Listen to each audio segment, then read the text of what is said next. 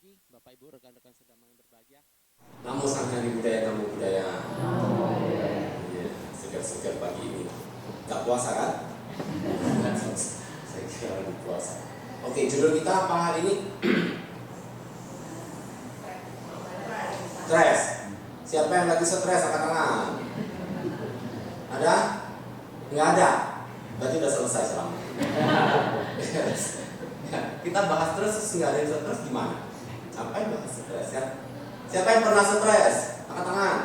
Nah, untung ada. Kalau nggak ada juga, coba kita akhiri. Berarti masalah kita semua sudah beres. Nah, jadi kalau kita bicara tentang stres, mungkin semua orang rasanya pernah ya merasa tertekan, stres. Kok bisa? Pernah stres? Kok bisa? Kenapa tuh?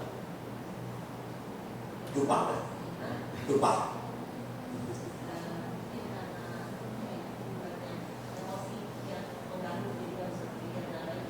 Lagi emosi, marah dan kecewa dan seterusnya. Nah hari ini ya dengar ya teman-teman ya. Jadi hari ini kita akan bahas tentang apa itu stres. Kemudian bagaimana solusinya. Simpel ya.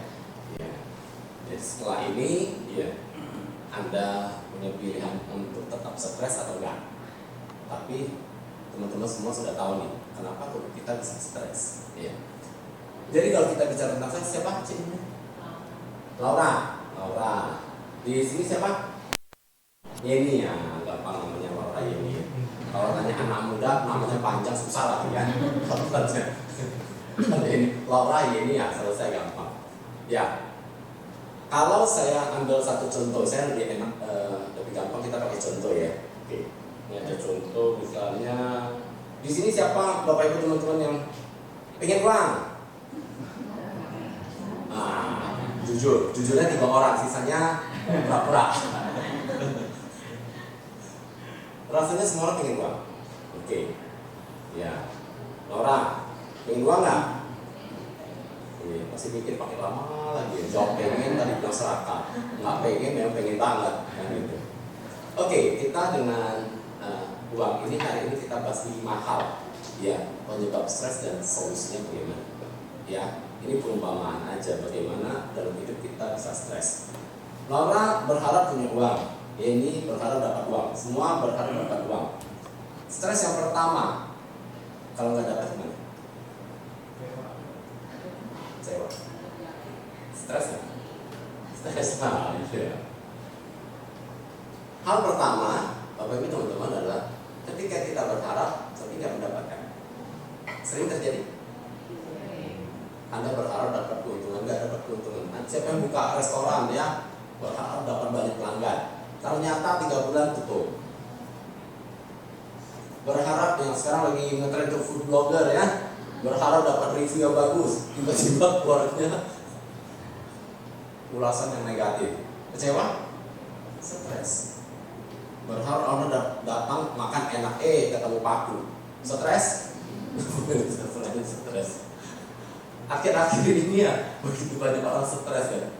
Ya kalau teman-teman lihat di TikTok di mana-mana lagi ngetren tuh ya, lagi ributnya di sana, semua orang stres. Ya. Teman saya yang food blogger ada satu, ya dia bilang stres juga. Kenapa? Sekarang begitu datang kita mau ulas ke restoran tentang makanan, ditanya panjang lebar. Kadang-kadang nggak segampang kayak dulu lagi. Kenapa? Karena terlalu banyak hal yang lagi. Si restoran juga stres. Ini ada kan? Ini orang benar atau enggak? Semua orang stres. Kenapa? Karena pertama, Bapak Ibu teman-teman, kita berharap, kita punya harapan mendapatkan pujian, harapan, keinginan mendapatkan uang, tapi kita nggak mendapatkan. Dan akhirnya kita merasa gagal, kita merasa kecewa, sedih dan seterusnya. Ini stres penyebab stres yang pertama. So kita bahas kenapa? Kalau kita bilang stres karena tidak mendapatkan, banyak yang terjadi. Ya Laura, waktu kecil pengen jadi apa sih? Kalau guru SD tanya, Laura cita-cita jadi pengen apa? Biasanya gitu dong ya. Kalau nggak dokter pilot, ya nggak pilot presiden, udah gitu aja ya. Jadinya apa? Dokter. Oh bener, kasih aplaus dong. Ini bener. Ya, kalau dokter jadi dokter ya. Tapi yang lain jadi dokter-dokteran mana? Ayo. Ya, banyak ibu-ibu akhirnya jadi sinseng. Iya, jadi sinseng. Malam-malam suaminya pulang, ayo kerokan. Sinseng dadakan. Nah, oke, jadi dokter. Iya, berarti harapannya satu kecapai. Iya. Yang nggak kecapai banyak nggak? Oh, jarang. Wih. Kalau ada sertifikat dikasih lulus langsung. Jadi nggak ada stres lagi. Jarang stres. Oh, jarang, tapi ada ya masih ya. Oh, masih normal ya. Jadi kalau dia bilang udah nggak ada stres, udah sampai arahan berarti ya. Guys, gantian Laura ceramah gitu. Ya, jadi ketika kita tidak pernah nggak tidak mendapatkan apa yang kita harapkan? Nah, tahu nggak kenapa?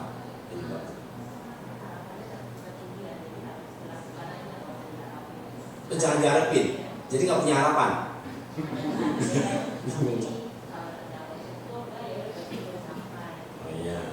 Kadang ketika kita berharap ada pemikiran, ya pemahaman yang untung, ya masih tetap untung kan, walaupun nggak sampai kan udah ditabrak dung. Cuma luka-luka, untung cuma luka-luka. Udah ditabrak, ya tabrak, lukanya parah, untung masih hidup. Ya ketabrak mati, dung mati, untung matinya cepet. Pokoknya untung melulu, nggak dapat tapi berpikir untung. Ya. Ada konsep di mana ketika seseorang memiliki pemikiran positif untuk semua hal, oke, good, fine, itu yang banyak diajarkan di dalam sesi motivasi. Tetapi satu hal Bapak Ibu teman-teman, pemahaman positif, pikiran positif itu aktif atau pasif? Kita harus dengar dulu, memahami dulu. Pasif itu artinya apa? Pokoknya untung aja lah, udahlah, pasrah. Jadi ketika umpamanya kita bilang, oke, untung masih hidup, itu kan pasrah kan, dan kita tidak tahu penyebabnya apa dan solusinya bagaimana, jalan keluarnya apa. Sama ketika kita tidak mendapatkan apa yang kita inginkan, terus kita bilang, udahlah, nggak apa-apa lah. Banyak hal yang buat kita menyenangkan diri sendiri aja kan, kasih motivasi, nanti lain kali dapat deh ini. Oke. Kalau lain kali nggak dapat lagi, lain kali dapat lagi. 3 kali nggak dapat, 10 kali nggak dapat, ya udah dievaluasi, udah berusaha fight maksimal segala macam, ya ikut sesi motivasi, teriak-teriak hebat luar biasa, bla bla bla bla, ya kan. Begitu banyak orang yang hebat luar biasa teriak di seminar kan, ya pulang ke rumah ketemu istri, hebat, nggak dapatkan lagi. Setelah puluhan kali berusaha tapi nggak dapatkan, so cari yang lain, cari istri yang lain. Cari yang lain, pasti jelas dulu cari yang lain apa gitu. Tapi ngomong istri dan satu ngomong cari yang lain. Oke. Nah, penyebabnya apa? Kalau kita tidak memahami, mengerti masalah ini, kita stres.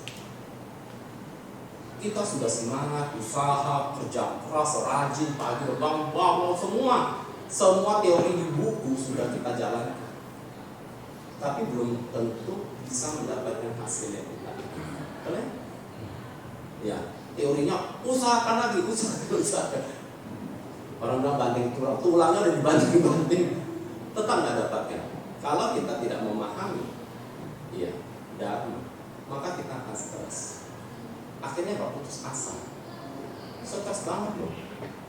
Begitu banyak orang yang rajin, kerja keras, niatnya baik, gagal banyak. Bukan mereka nggak rajin, bukan mereka nggak hebat, pinter, tapi kenapa mereka tidak mendapatkan apa yang mereka inginkan? Kalau kita memahami hukum karma, maka kita mulai lihat penyebab pertama. Ketika kita ingin mendapatkan buah, harus ada apa? Harus ada benih yang kita tanam.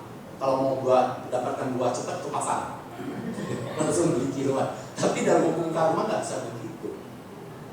Buah yang kita petik atau hasil yang kita dapatkan adalah hasil dari benih yang kita tanam. Pertanyaan pertama, sudahkah kita punya benih atau sudahkah kita punya pohon untuk kita panen? Itu dulu. Seringkali ketika kita menyalahkan budaya Tuhan atau apapun disalahkan untuk ketidakmampuan kita. Kita menyalahkan semua orang untuk apa yang kita tidak dapatkan.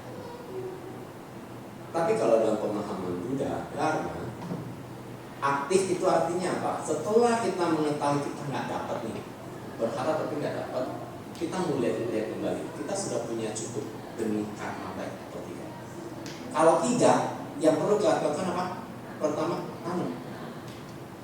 Jadi kuncinya menanam. Menanam dengan cara apa?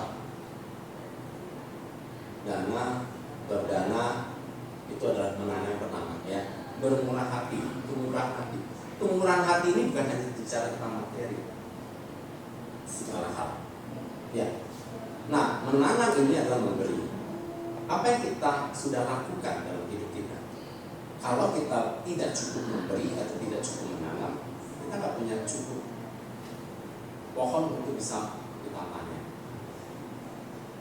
Jadi Bapak Ibu teman-teman, ketika kita ingin memberi, kita memahami apa yang kita beri. Ketika kita pelit, nah hati-hati dengan kalimat pelit. Iya. Saya akan bahas beberapa hal. Ini bisa jam berapa kita mulai? Materinya aja. Ya, sampai jam bebas ya. Oke. Memberi, gampang nggak sih memberi? Oh, gampang banget dong memberi. Ya, tergantung. Nah, mulai tergantung. Bayangkan. Pertama, kualitas memberi adalah orang yang pelit, yang tidak mau memberi. Banyak. Ya, memberi artinya dia rugi. Memberi artinya dia berkurang. Memberi artinya dia jadi miskin. Memberi artinya dia jadi susah. Memberi, ada yang paling basic adalah orang yang tidak mau memberi sama sekali, mau menerima. Ketika seseorang pelit, kikir dan tidak mau memberi, dia tidak akan punya benih yang cukup. Tapi dia akan kaya. Fine. Kalau dalam hukum karma, kalau kita bahas tentang hukum karma, ya, ketika seseorang menanam benih karma baik di zaman Buddha dulu misalnya, ya, ada satu orang yang mungkin di sana pun pelit, tetapi pada saat misalnya Buddha datang berdana atau seorang Arab lalu mencapai arahat datang, ya saat itu terbesit pikirannya, misalnya sedikit aja dia memberi, udahlah lo kasih deh, ya terus. Dalam hukum karma kalau kita bahas, ada kondisi di mana ketika perbuatan baik diberikan kepada ladang yang sangat subur dan sangat-sangat baik, ya seperti satu biji mangga ditanam, terus benihnya atau biji mangga itu benih unggul, itu dia bisa berbuah terus dalam 500 kehidupan akan menjadi orang yang kaya, makmur dan seterusnya. Bisa. Walaupun orangnya pelit, kita orang kita itu kaya. Kalau kita sudah memahami hukum karma, bisa jadi di masa lampau dia menanam benih yang unggul. Akan tetapi ketika dia sudah panen 500 kehidupan dan tidak punya benih lagi, dia habis. Jadi Bapak Ibu teman-teman, hal pertama yang harus kita lakukan adalah menanam. Oke, tadi yang level paling bawah adalah orang yang pelit dan tidak mau memberi apapun. Level kedua ada yang memberi dengan ada tanda bintangnya, syarat dan ketentuan berlaku. Ini cukup banyak nih. Berbaik, murah hati. Buat siapa? Agamanya sama enggak? Saudara gua bukan. Buddhis bukan ya.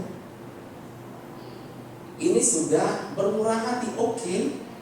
Tetapi syarat dan ketentuan berlaku. Ada syarat-syaratnya kalau kita mau berbuat baik. Ya. Bahkan kalau kita bilang berdana sulit. Ya. Kadang-kadang ngasih doa aja pilih-pilih. Ini problemnya itu. Jadi kita merasa, saya sudah berbuat baik. Buat siapa? Buat anak gua. Itu bukan berbuat baik, bukan hanya berbuat baik dengan kondisi yang besar, yang memang kewajiban kamu kasih anak makan. Ingat baik-baik, syarat ketentuan itu bisa membatasi kita. Ada orang susah datang, masa kita mesti tanya dulu agamanya? Itu banyak di luar sana. Modelnya begitu, berbuat baik tapi ada syarat dan ketentuannya. Bahkan, ya, syarat ketentuannya menyangkut pada banyak hal. Contoh misalnya, kalau ada yang lagi susah datang kepada Anda, oke, Oke. Tapi orangnya Anda benci. Orang ini benci banget. Anda benci banget sama dia. Kira-kira mau bantu dia? Udah, nggak usah dijawab. Mana ada muter-muter ya. Di kedokteran tahu ya, udah loadingnya. Mau jawabnya apa gitu. Udah ketahuan jawabannya. Ya. Jadi artinya apa? Dalam hidup kita banyak menanam, tetapi menanamnya benihnya sangat spesifik. Secara ketentuan berlakunya banyak. Bahkan yang nggak usah pakai uang, kasih doa aja kepada orang yang tidak Anda sukai. Bisa nggak doa ini supaya dia baik, bahagia, sejahtera? Ini orang syukuri kan, dulu kan. Gara-gara bukan didoain, disumpahin. Ya, jadi Bapak Ibu teman-teman, ketika kita menanam, ya, benih yang kita tanam, yang pertama tidak mau menanam sama sekali, ini menanam tapi masih iri-iri, banyak syarat ketentuan. Kasih ke siapa? Ininya itu, kalau ini, aduh banyak banget. Syarat ketentuannya banyak banget. Ya.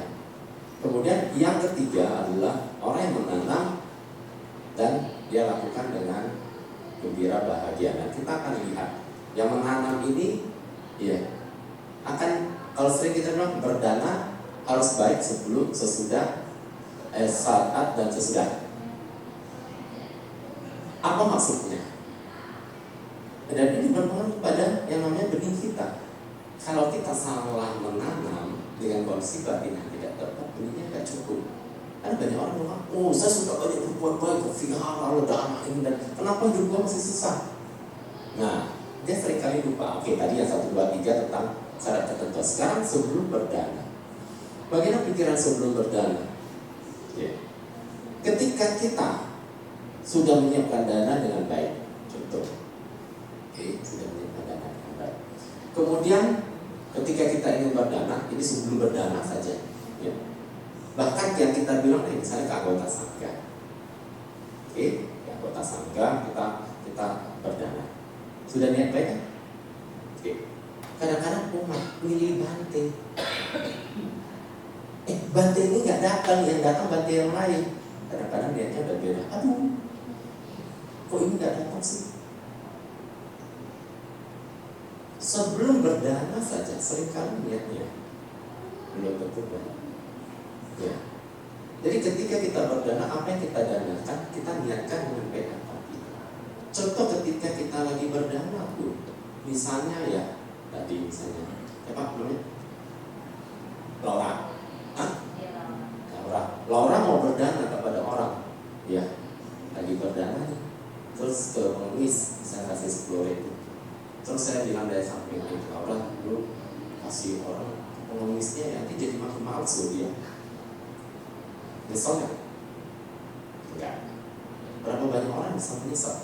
Oh iya, ini orangnya lagi baik, kenapa gua kasih dana?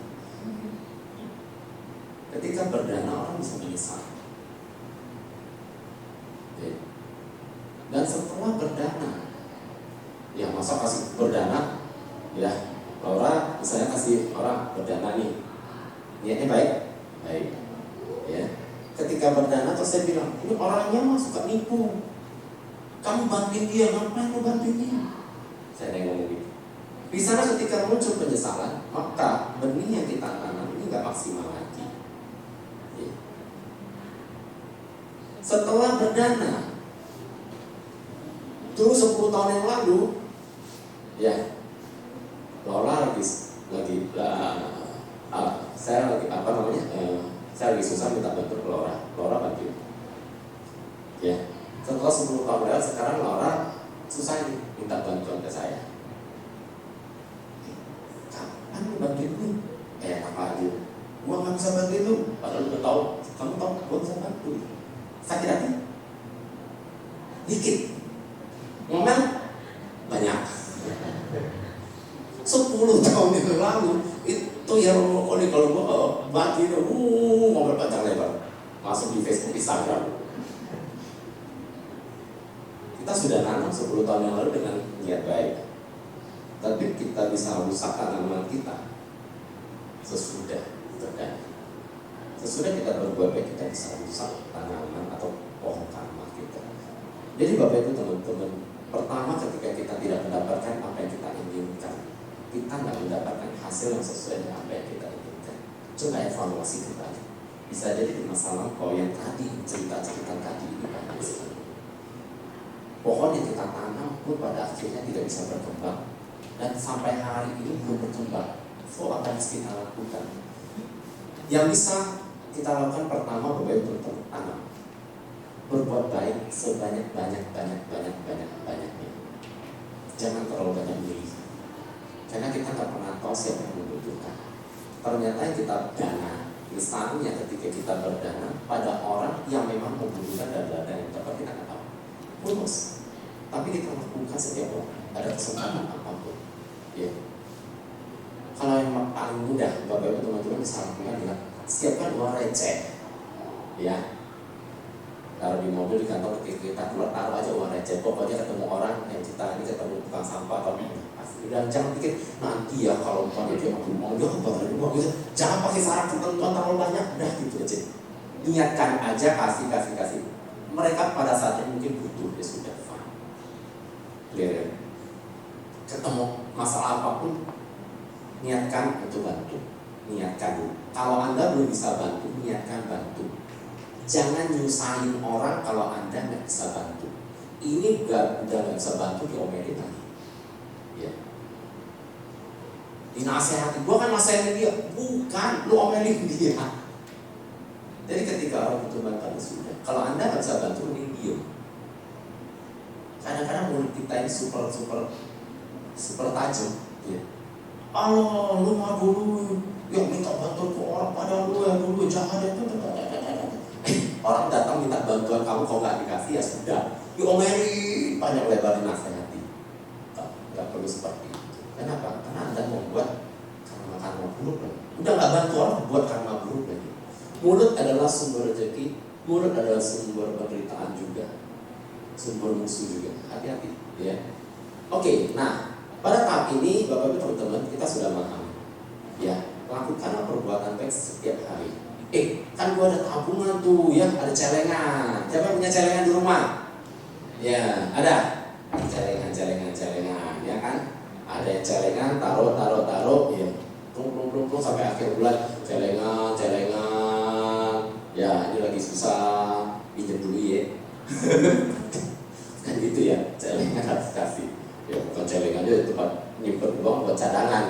Itu bukan celengan, itu tabungan.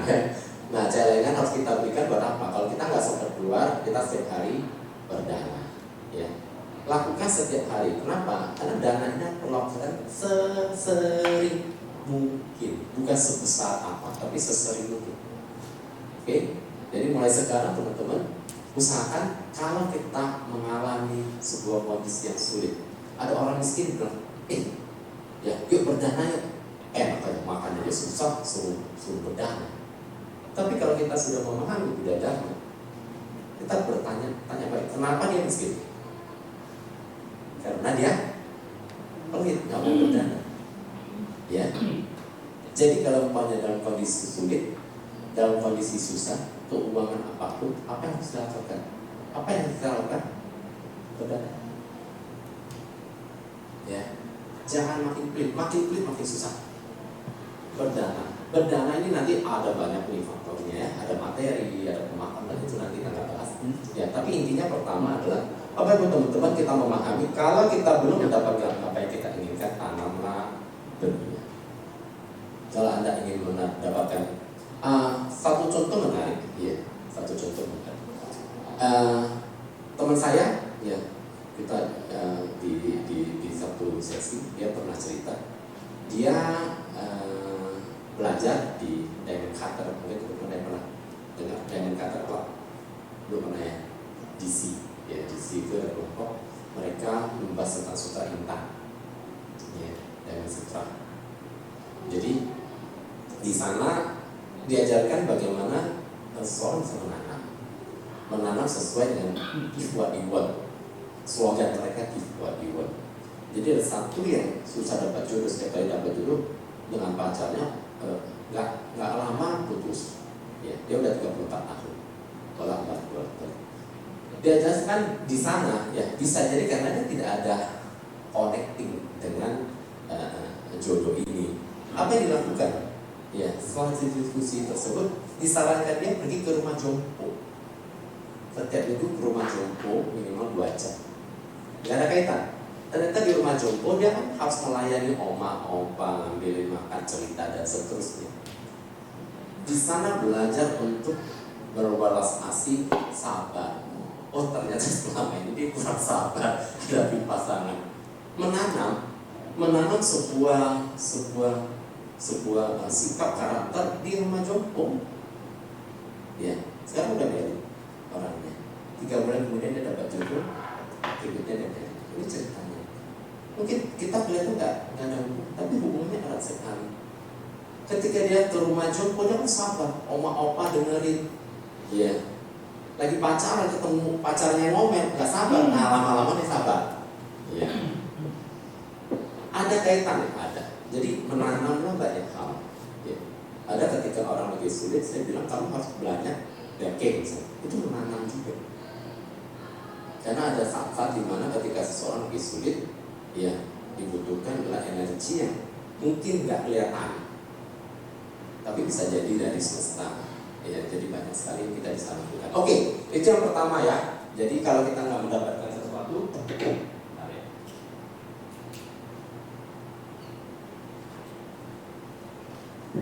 kita memahami kenapa. Oke, yang kedua, ya bicara tentang uang. Saya selalu bicara tentang uang dulu, karena kalau uang orang baru bangun nih biasanya. Ya, Laura, ya ini lagi misalnya. Ini yang kedua ya tentang uang. Tadi kan kalau nggak dapat udah tahu ya caranya. Anda berusaha maksimal, tapi kalau tidak ada benih karma susah. Sudah bekerja keras nggak ada benih karma susah.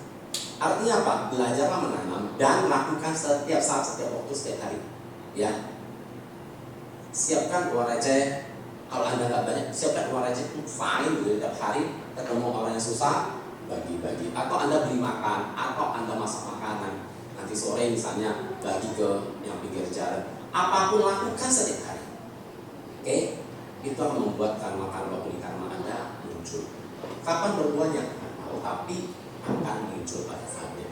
Sebelum dan saat sesudah, tetap jaga pikiran baik. Jangan ada penyesalan, jangan ada pamrih. Karena penyesalan dan pamrih adalah hama dari tanaman karma baik kita. Ya, oke. Nah yang kedua, ya, Laura, misalnya, ya dikasih ini, ya, 10 juta misalnya, senang, lagi nggak ada uang, misalnya ini contoh. Nah, senang atau senang banget? Senang banget, 10 juta. Belum dapat 10 juta udah senang.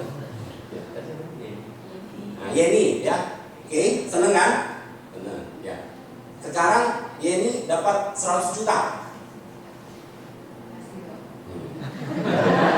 Kira-kira mukanya Laura gimana? Nah, tadi happy kan? Happy banget. Lihat orang lain dapat lebih banyak, ikut happy. Iya. Berapa banyak bisa ikut happy yang sisanya? Kok dia bisa dapat lebih sih? Karenanya lebih bagus pasrah ya. Iya. Dalam persaingan, toko sebelah lebih rame, karmanya lebih bagus, nggak apa-apa, sama aja gitu. Iya, tanam lagi, besok lagi dong. Bisa happy nggak?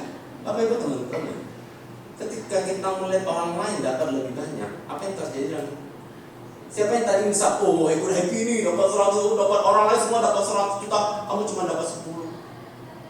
Masih tetap happy? Di sini kita lagi makan, semua dikasih makanan enak, kamu cuma dapat nasi sama air putih. Happy? Dapatnya apa? Nah, oke, kasih tepuk tangan dong nih.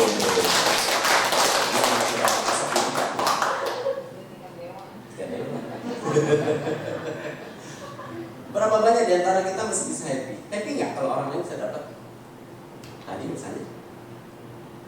Atau kita iri? Kalau kita lihat kenyataannya dalam hidup, ya sama-sama buka toko roti, ya toko roti, sebelah rame, happy? Itu baru cita-cita ya, toko lu rame ya, roti gua kagak laku ya. diri, betul. Ya. Stres yang kedua adalah ketika kita melihat orang lain lebih dapat lebih banyak. Di sanalah muncul kesalahan kita. Kenapa tuh bukan gue dapat lebih banyak? Kerja di satu tempat, udah kerja 10 tahun, gaji 10 juta. Tiba-tiba ada anak baru datang, kerja kagak bisa dapat 12 juta. Kira-kira gimana?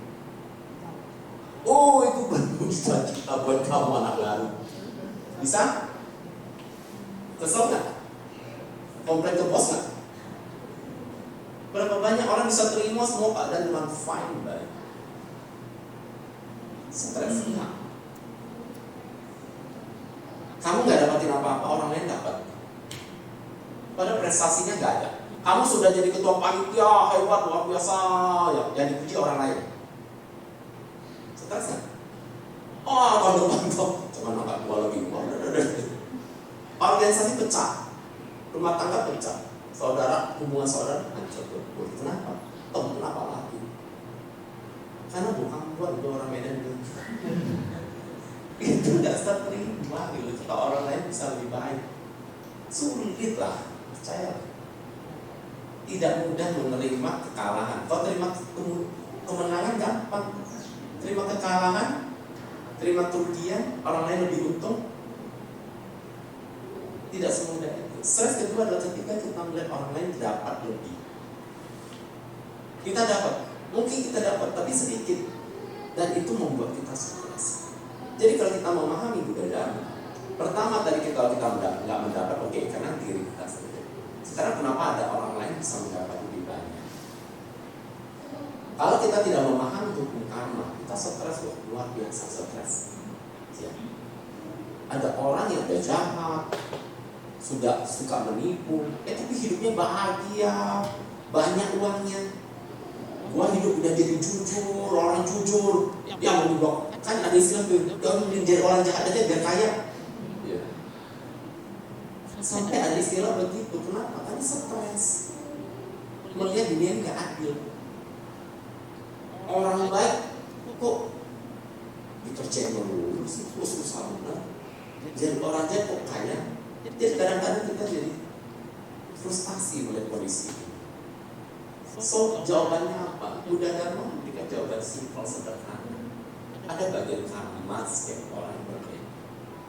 Dan kita nggak tahu. Saya nggak tahu. Bisa jadi di masa lampau dia memang punya parah yang baik. So bagaimana teman-teman? Ya. Kalau kita memahami Buddha Dharma, kita memahami bahwa kalau kita tidak mendapatkan lebih dibanding orang lain, yang kita lakukan belajarlah melihat ke dalam diri, balik kepada rumus pertama, nanam lebih banyak. Dan siklus itu berubah. Ada orang, dan sekali lagi Bapak Ibu teman-teman, dan perfect. Ada saudara atau teman kita kaya, coba dia, ada sisi yang lain. Kalau kita lihat berpikir, ya ada salah satu ahli saya, yang misalnya, ya kaya tapi anaknya kena Down syndrome. Kalau pilihan, ya, dia hidup biasa-biasa aja, gak kaya tapi anaknya normal. Dengan sekarang kaya raya anaknya gak normal, pilih mana? Bisa jadi kan memilih, gak apa-apa gak banyak kaya tapi punya anak normal. Bisa jadi kan? Kadang-kadang unos gitu. Kita nggak bisa compare hidup kita, kemudian kita bilang paling susah, paling sulit, paling ini. Karena setiap orang punya problemnya masing-masing. Ya, jadi coba kita belajar untuk bersyukur apa yang sudah kita miliki. Kesulitan stresnya kita adalah kita selalu berpikir apa yang belum kita miliki. Kita lupa melihat apa yang sudah kita miliki. Kita selalu compare dengan orang lain, pasti selalu kalah. Orang punya mobil, kita nggak punya stres. Apa sih yang bisa membuat kita bahagia? Rasa puas. Kalau kita nggak pernah puas, nggak pernah. Dikasih 100 juta, seneng kan? Seneng sebentar, yang lain dapat 1 miliar. Stres lagi. Sampai kapan?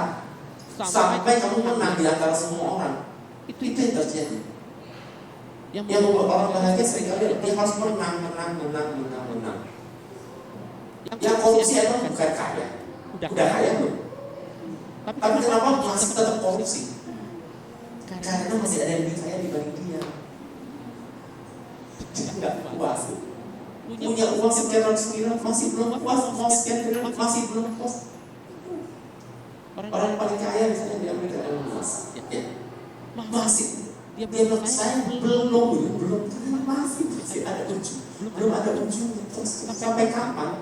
Sampai titik puas seseorang ada baru selesai. Kapan? Sampai mati juga nggak bisa dapat. Ketika kita tidak pernah puas. Kalau Anda ingin memenuhi kebutuhan bisa, tapi kalau Anda ingin memenuhi keinginan, tidak ada batas. Jadi orang terjebak ke keinginan bukan kebutuhan. Kebutuhan makan hari 2 atau 3 kali. Keinginan harus bisa tiap jam. Butuh kendaraan satu naik mobil, tapi ingin koleksi mobil. Jadi Bapak Ibu Oke, kita paham. Ketika seseorang mendapatkan lebih, kita harus belajar menanami kalau kita tidak mendapatkan. Yang kedua, kalau kita tetap tidak bisa mendapatkan lebih, belajar untuk menghargai, mencintai apa yang kita miliki daripada selalu melihat apa yang kita miliki. Karena kalau kita melihat apa yang kita miliki, kita tidak pernah bahagia. Tetangga beli mobil yang siapa yang siapa. Ya. Tetangga beli mobil baru nih. Kita motor nih, ya. Pagi-pagi udah terus dia bilang, Laura, mobilnya ini engine-nya luar biasa. Nanti suatu hari bawa jalan-jalan kata-kata ya. Tapi dia happy, Laura happy. Ikut berbahagia. Bapak happy? Iya. Oh happy, tetangga beli rumah di Texas. Pak, kapan beli kita? Sukses. Tetangga beli mobil, Anda yang sukses. Ini yang terjadi. Apa bahasa bedanya? Oh, sama selalu lihat kita sukses itu. Sampai kapan?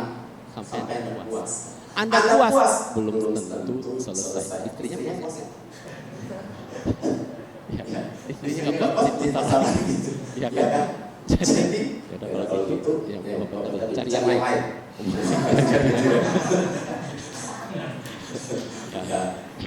Ya, mau selesai masalah gampang. Ya, di sama ini pada jadwal vaksinnya kapan? Ya. Siapa? Oppo mau divaksin. Nggak diterima ini. Siapa vaksin Oppo? Yang divaksin lele sama belum. Oppo mau divaksin. Siapa yang mau divaksin? Oh, ada dulu waktu pacaran kan, kayak Tom Cruise, keren cakep, hebat luar biasa kan, udah married lama-lama jadi Tom Yam. Tahu rasa Tom Yam? Dasem, pedes. Siapa yang kayak gitu? Pulang ke rumah ketemu Tom Yam. Iya. Asik kan Tom Yam? Iya. Tapi lama-lama juga biasa kan orang Thailand makan Tom Yam nggak apa-apa. Pengen awal-awal mulus aja ya. Mulus lama-lama biasa deh. Pagi sore gitu malam bangun. Oh ya. Tapi mau diapain lagi? Divaksin nggak diterima sih. Mau nggak terima vaksin? Si Tom Yam nggak mau. Tapi ya divaksin nanti diambil orang sayangnya kan? Gitu. Mencintai diri. Oke. Nah, berikutnya kita melihat bahwa seorang bisa stres karena tidak mendapatkan, kemudian stres karena tidak cukup mendapatkan. Ya. Dan kapan sampai kita puas? Sampai kita berkata kalau kita sudah puas. Kapan kita puas kalau kita merasa cukup? Kapan kalau kita merasa cukup? Kita sudah bisa bedakan antara keinginan dan kebutuhan. Ini dengan lebaran di mall lagi. Saleh. Sale. Ini emang mobil tiba-tiba makan clear sale up to 90%. Wah, belum lihat aja udah seneng banget. lari ada berapa stopnya lagi kejar putar balik up to 90%. Sampai ke sana beli karena butuh atau beli karena ingin. Ya. Karena ingin kan. Betul. Tinggal satu baju. Ya. Warnanya bagus. Pilih rebutan. Harga murah. Rebutan kan? Beli dapat nih. Pulang ke rumah ketemu longkong. Baju kayak gini udah 8 biji di lemari. Jawabannya apa? Pasti ada jawaban.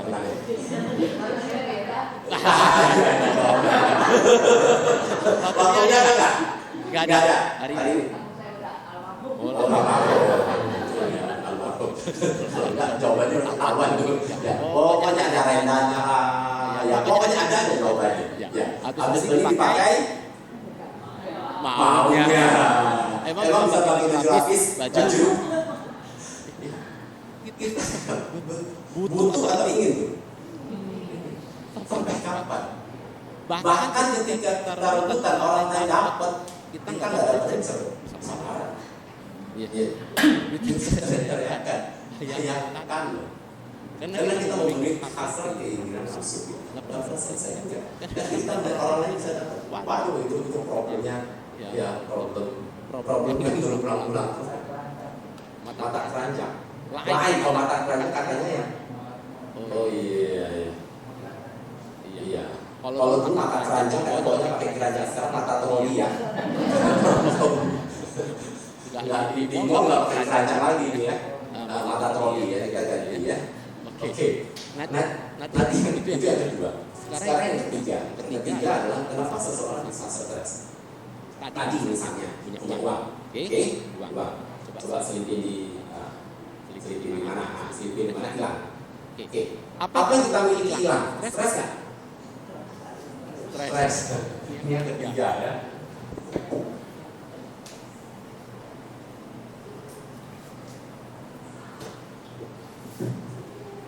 Yang ketiga, kita punya barang hilang stres. Yang mau kita stres apa? Oke. Ini ya. Tahu nih yang tas besar. Merek apalah terkenal. Harganya 100 juta. Seneng punya tas 100 juta. Bawa kemana-mana. Tasnya hilang. Jadi stres nggak? Nangis. Belum hilang aja mau nangis.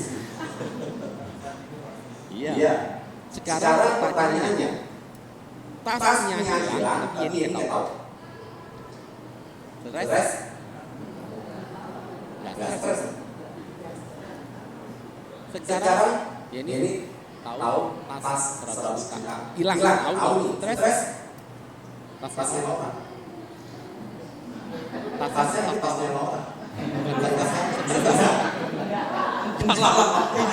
Itu gara-gara ngejek itu malah bukan ikut berburu kita kayak apa sih? Nah kan, syukurin lu. Ini lagi. Ya. Jadi yang membuat kita stres apa sih? Aku. Ya. Orang yang kita sedih. Kalau Anda sedih ketika rumah juga kali duduk sana nangis. Kenapa kita sedih? Karena saudaraku, suamiku, istriku, anak, orang tuaku. Aku. Kalau bukan aku, memang gua pikirin. Ngurus sendiri lalu. Tasnya Laura, malah karmamu. Gitu. Simpel kan ngapain dipikirin? Ya, ke sana, ke saudara. Ya ada tas cuma pamer-pamer. Makanya lu kena karma lu. Ya. Tapi kalau tasnya kamu, tasnya diri gimana? Iya.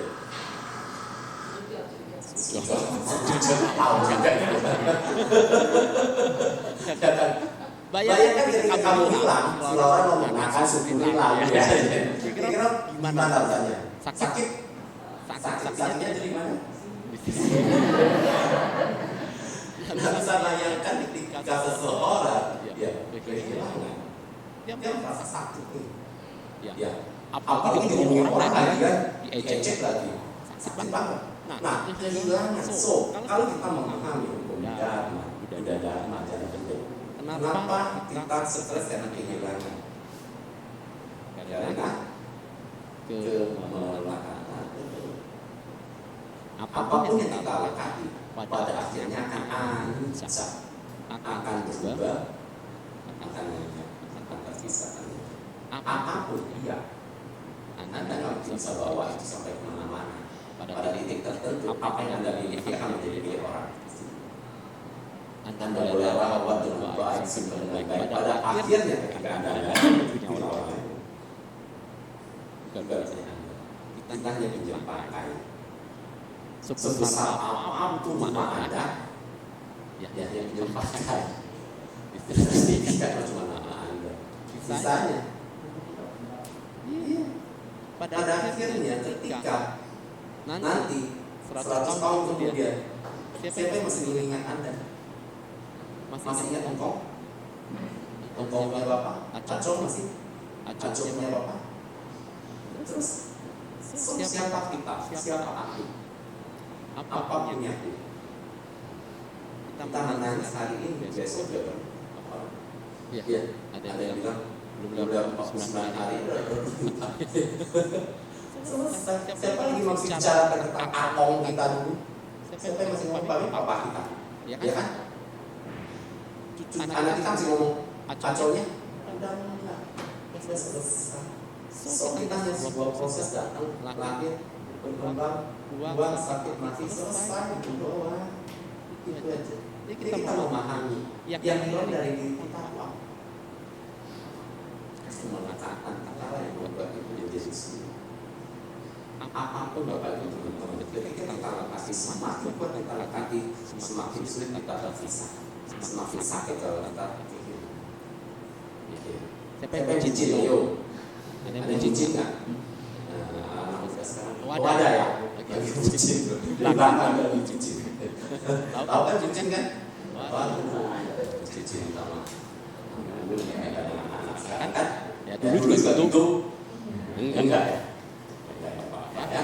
Jadi ketika kita lakati sesuatu, kita mulai memahami berbeda bahwa sumber penderitaan memang kemelekatan. Boleh nggak kita jadi kaya? Boleh nggak punya keinginan kaya? Punya banyak uang? Boleh. Persoalannya adalah ketika kita sudah punya banyak uang, kita takut untuk kehilangan. Itu problemnya. Ketika muncul ketakutan kehilangan, akhirnya kalau kehilangan kita akan menderita. Untuk hal apapun Bapak Ibu teman-teman baik-baik dalam hidup. Kalau umpamanya ada, di sini siapa yang masih di beberapa saya selalu bilang hal ini karena penting ya.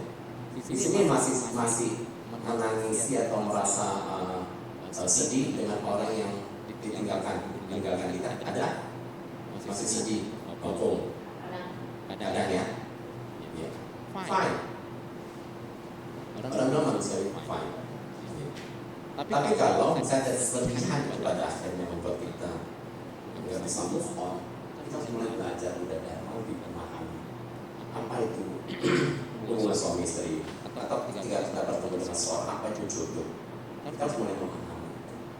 Kalau tidak, kita terlahir berulang-ulang. Itu seperti saya bahkan di hamster yang di kandang lari di atas kincir itu. Lari, dia lari sampai mau lari, habis itu lari, dia sampai di mana? Manusia maklumnya di 31 malam ini yang terjadi. Kenapa? Karena kemelekatan pada kincir, kemelekatan pada apa itu teman-teman? Kita bertemu dengan seseorang, bertemu dengan suami kita, istri kita, anak-anak kita, bertemu dengan orang tua kita. Itu ada jaringan jodoh karma dan dari masalah apa. Tapi satu hal, ya, Bapak Ibu teman-teman, ketika kita berpisah dengan seseorang, supaya kita memahami ajaran Buddha dharma yang baik dan kita bisa lebih move on. Saya kasih pemahaman sederhana. Jadi kalau pergi jalan-jalan, misalnya besok pergi jalan-jalan ke luar negeri, ke Eropa, happy kan? Happy. Iya. Ya. Tapi Tapi ketika mau berangkat ada ada anak. anak, Jadi ada anak, ada saudara. Anaknya Anaknya bilang, ya, "Yuk, ngapain pergi jauh-jauh? Kapan nanti tinggal di sana ya?" Semua orang. Ya, Ya, pada pada mau ngomong gini, gini, ya nanti kamu susah loh kan ini segala macam. kamu Kamu berangkat berangkat nyaman nyaman ya? ya?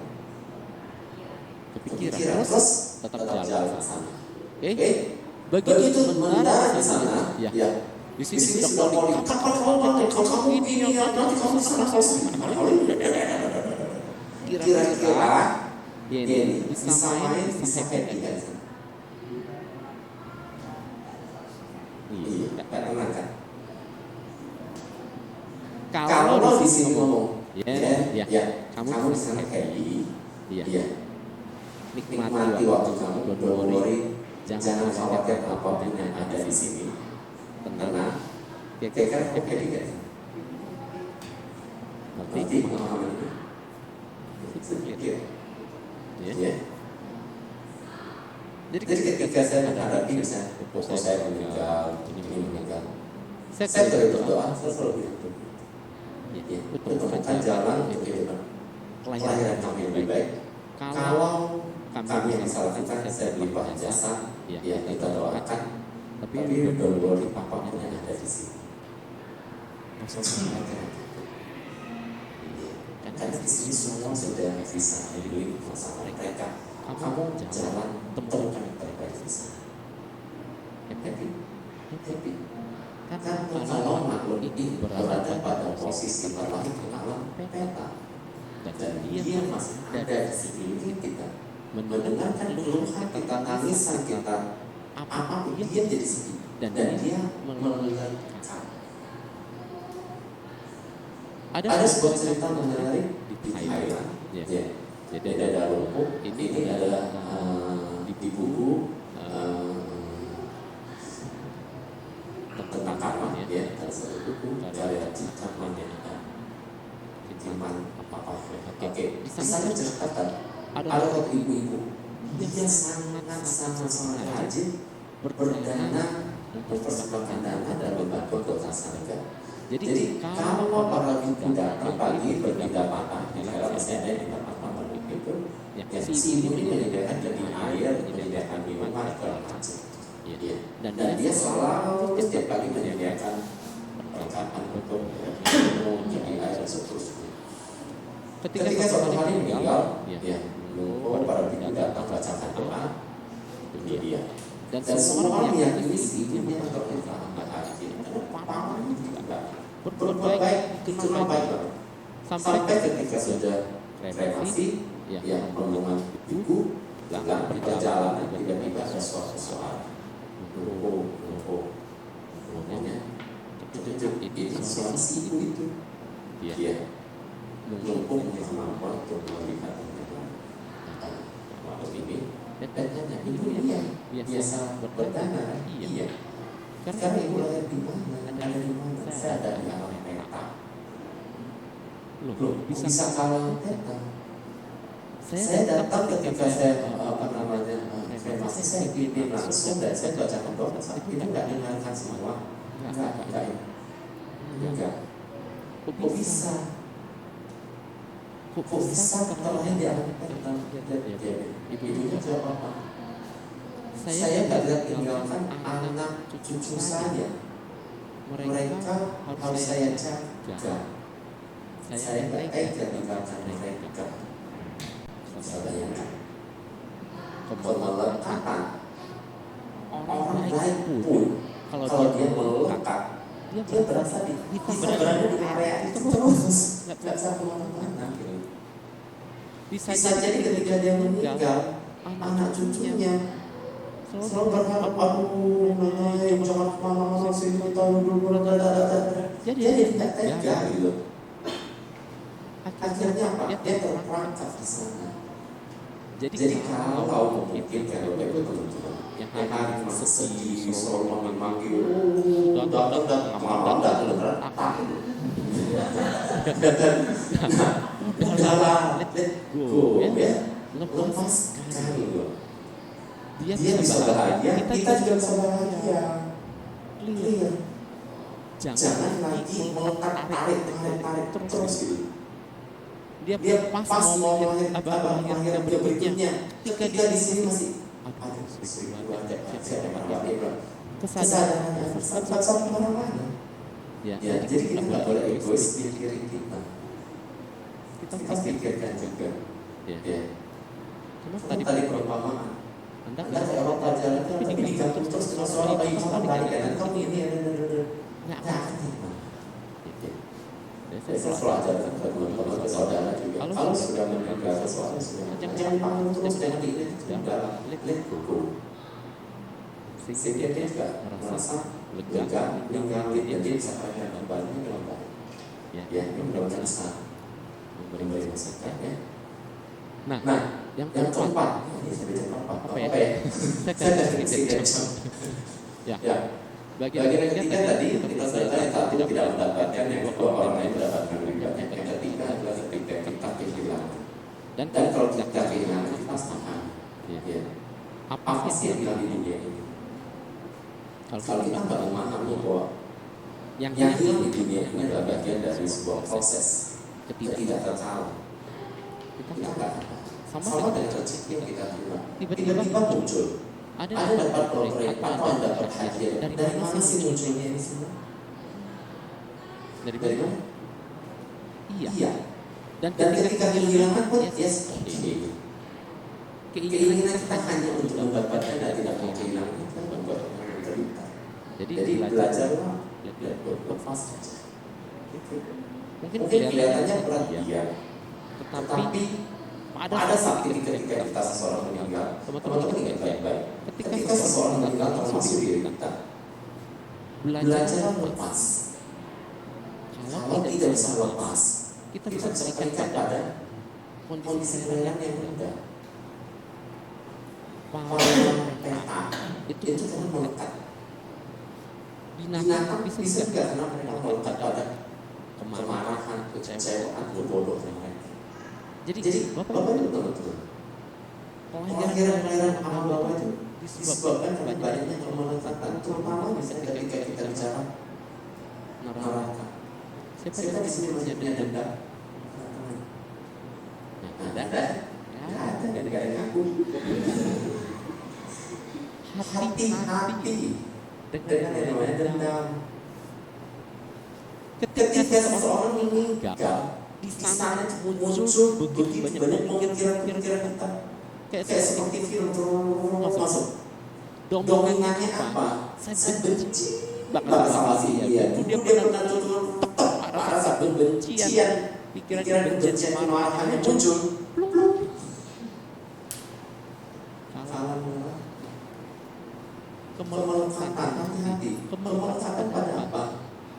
Bukan hanya pada sesuatu yang fisik, tapi kemelekatan kita kepada yang tidak kemelekatan kita melekat pada rasa benci marah kita yang mengumpal jadi dendam. Kita mau balaskan. Iya bisa balaskan, bisa. Kehidupan mendatang Anda menjadi bisa jadi yang rasa yang kejar-kejar. Ada kalau bapak-bapak saya bacakan di pada anak-anak satu cerita di satu masa ya. Ada satu orang kaya dia istrinya mandul nggak bisa melahirkan, akhirnya dia cari istri baru ya. Istri keduanya ketika hamil istri pertamanya nggak happy, dia kasih obat gugur sampai akhirnya istri kedua meninggal. Di zaman muda istri pertama lagi bawa bayi, tapi sejak kelahiran bayi dia dikejar raksasa yang sama. Sampai suatu hari dia datang ke jentawannya ya di hadapan dia bilang saya lagi dikejar-kejar oleh ya di dalam ada anak-anak ada. Dan ketika udah tanya terjadilah udah dengan semua batin melihat bahwa kalian berdua ini ya di setiap kehidupan ini saling membalas dendam. Kenapa? Karena dia masih bahasa Medan masih dendam, dan dan dia akan cari Anda sampai kapan, nggak pernah selesai. Jadi kalau kita ketemu dengan seseorang yang tahu misalnya, atau suami atau pasangan atau anaknya, tiap hari berantem, itu dalam dendam, kebencian, kemarahan kita dari masa lalu belum selesai. Kalau kita jadi manusia lagi, mungkin fine, kita bisa belajar. Tapi kalau Anda akan kemarahan, kebencian, dan lahir ke neraka, berada pada posisi nggak bisa belajar. Kita lahir ke semua kemarahan dan dendam. Ya, belajar itu teman-teman yang belajar Kristen. Ya, bagaimana lepaskan kebencian, kemarahan, dan dendam. Asal Anda punya tekad untuk lakukan. Ya. Oke, yang keempat. Sekarang ya. Tadi ada uang. Oke, kalau yang tadi hilang. Tapi kalau sekarang ditipu. Stres. Nggak ada yang mau. Tapi ternyata pernah nggak ditipu? Pernah. Rasanya gimana? Bercita-cita. Bisa.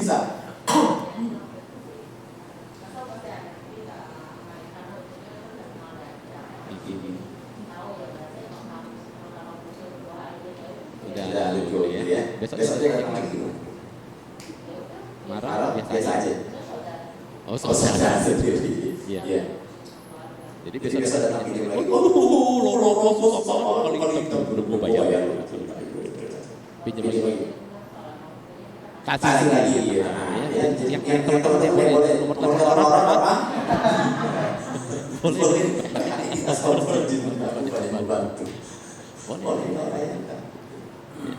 Terus udah bayar lagi. Aduh, kalau itu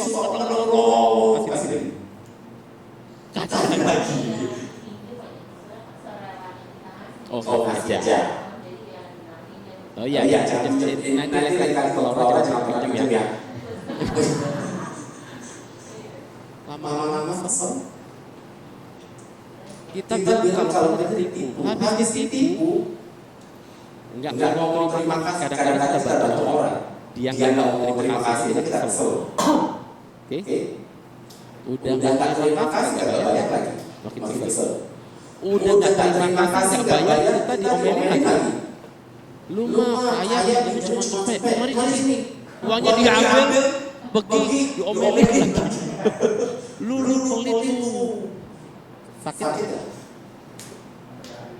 Iya. Lain kali kalau ada orang datang kita bantu lagi. Enggak lagi. Trauma.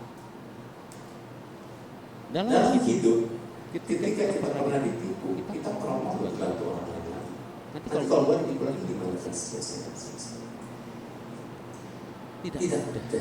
Hidup memang sebuah proses.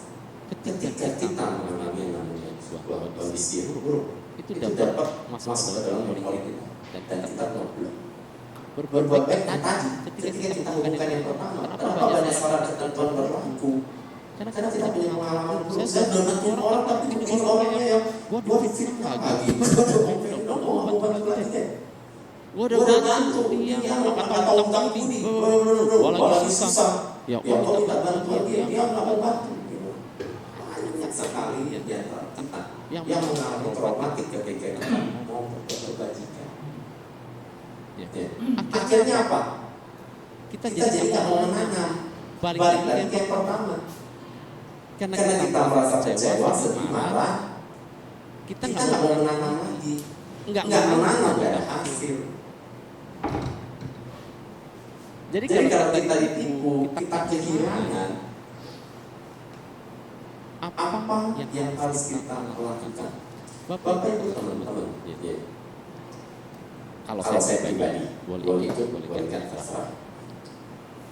Ketika saya diskusi, misalkan teman-teman akan diskusi saya atau di diskusi di buku, dia bilang, saya pernah ditipu, dan kami sekarang, saya sekarang jangan mau bantu orang. Kenapa? Iya, trauma. Begini, konsepnya saya pribadi. Ketika seseorang menipu, ya kita usahakan yang terbaik. Kita tagih, kita lakukan apapun. Oke? Itu wajib juga bisa langsung lepas, nggak bisa. Apalagi kita berbisnis. Utang terus bapak nggak bisa. Kita harus punya bisnis. Tetap harus ada tagihan. Tapi sampai satu titik ternyata dia bangkrut, nggak bisa. Iya. Dan misalnya kita dicopet atau kita diambil barang kita dan kita nggak tahu lagi. Kita boleh punya pilihan, ngomel, marah, kecewa, sedih. 10 tahun yang lalu dia sedang sama dicopet orang, pas sesuai. Boleh, 10 tahun, 50 tahun Anda mau ingat kejadian itu silakan. 50 tahun yang lalu, terserah. Tapi kalau saya pribadi, saya cuma punya dua hal. Kalau saya pribadi, ketika saya sudah lakukan semua usaha dan uang itu tidak kembali atau memang sudah nggak bisa lagi, yang pertama adalah saya bayar karma dulu. Di masa lampau, saya nggak pernah tahu kapan saya pernah lakukan di orang ambil uang orang. Saya nggak pernah tahu, saya jual lipat. Akibat perbuatan, melalui pikiran, ucapan, tindakan saya di masa lampau menyebabkan kerugian pada orang lain. Dan hari ini kalau saya rugi, fine, saya utang. Yang kedua, belum tentu seperti itu. Yang kedua, saya investasi. Selesai. Kalau seseorang yang beribu saya, pada akhirnya mungkin kita kembali. Contoh sekarang, saya di rumahnya ada asisten rumah tangga. Mau nggak mereka dengan gaji minimal misalnya, mereka bekerja keras pagi sore malam. Mereka pengen jadi bos kan? Mereka pengen kaya kan? Tapi kenapa mereka harus kerja keras bantuin orang? Karena mereka kaya tentang mereka. Kenapa banyak orang kerjaan? Anda duduk pagi bangun lihatnya TikTok, rekening masuk terus bang. Yang kerja siapa? Karyawan orang lain yang kerja ya. Kok bisa? Ya kan Anda panen. Kalau Anda sekarang bersama mereka nggak kasih makan gaji nggak cukup dan seterusnya, next time Anda yang harus bayar. Kan simple. Di masa lampau ketika mereka dibantu atau mereka mengambil uang Anda atau apapun namanya, di kehidupan sekarang bisa jadi mereka membayar dengan tenaganya, dengan pikirannya, dengan apapun. Ya. Jadi simple. Kalau yang pertama kita bayar utang ya selesai. Yang kedua adalah kalau kita memang tidak bayar utang, mereka akan punya utang. Kita nggak berharap mereka pergi, tapi hukum karma tetap berjalan. Mereka tidak bisa hindari itu. Mereka balik lagi ke kita dengan jadi karyawan kita lah apapun itu. Kadang kita santai dengan damai, nggak kerja apa-apa, uang kita jauh lebih banyak dibanding mereka. Kan mereka mesti bayar lagi. Ya. Kita memahami hukum karma bukan berarti kita langsung hidup tenang bebas, nggak pernah ditipu, nggak pernah. Bukan. Ditipu ya. Kita kehilangan dia. Tapi kita bisa meresponnya dengan positif dan baik. Jadi udah dapat bukan mengajarkan kita bebas dari masalah, tetapi belajar menghadapi masalah dengan pikiran yang tenang, terbuka, lebih bahagia. Itu sih. Ya. Oke. Nah, yang selanjutnya ya. Punya uang 100.000. Punya uang 100.000 deh, ya. Punya uang 100.000 ya. Lawan minta 10.000 kasih nggak? Kasih. Punya uang 10 juta. Laura minta 1 juta kasih. Kasih. Agak berat nih. Punya uang 100 juta. Laura minta 10 juta kasih.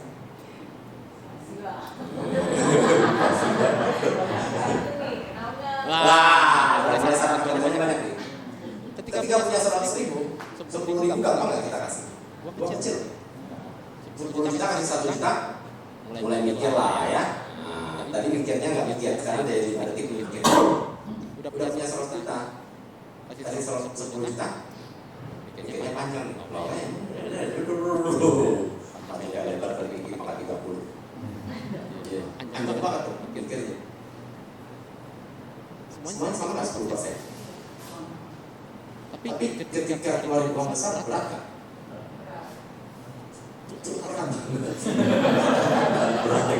Betul.